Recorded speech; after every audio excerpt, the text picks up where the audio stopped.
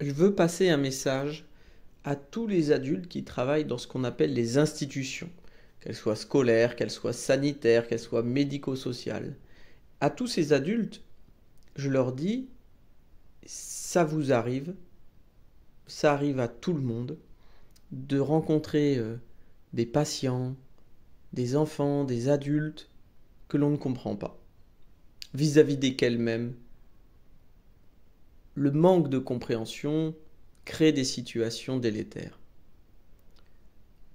Il nous faut donc, pour ces enfants-là, pour ces adultes-là, pour ces élèves-là, tenter une autre forme de rencontre.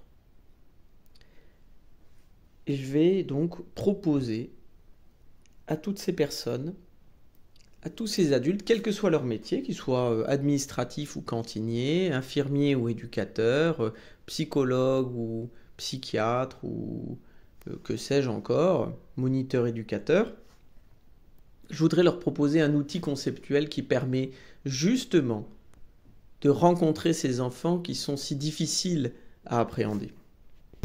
C'est un outil que l'on trouve en médecine et qu'on peut peut-être transposer sur le plan conceptuel dans les institutions pour tenter de soigner. C'est un échographe.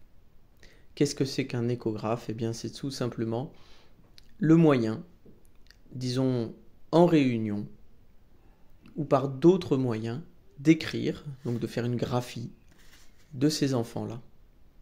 Mais comme on ne peut pas y avoir accès directement, eh bien on n'en reçoit que les échos de ces enfants. Et chacun, chaque adulte, est dépositaire et donc garant de ce que l'enfant a déposé en lui. C'est par la mise en commun, par le dialogue, par le débat parfois, par l'interprétation surtout, de tous ces échos, que l'on obtient une autre image, une autre graphie de cet enfant, et qu'on écrit aussi son destin dans l'institution, qu'on réécrit aussi son origine, parce que on a affaire quelquefois à des enfants pour lesquels la famille dans laquelle ils ont grandi et dont parfois ils ont été retirés a été chaotique, un environnement qui les a déboussolés. Et donc, le but n'est pas de les maintenir là-dedans, mais de proposer un environnement qui, lui, puisse être pensable, qui ne s'oppose pas à la pensée, mais la génère. Et donc, les adultes autour de ces enfants peuvent redonner une origine qui ne soit pas qu'une origine traumatique.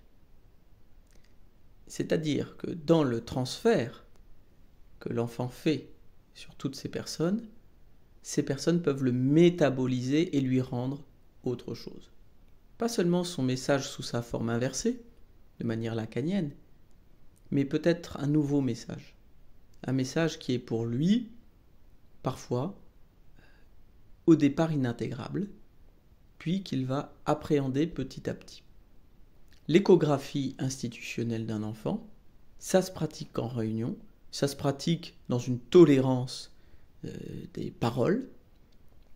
C'est le but de faire naître un enfant dans une dimension dont jusqu'à présent il était exclu.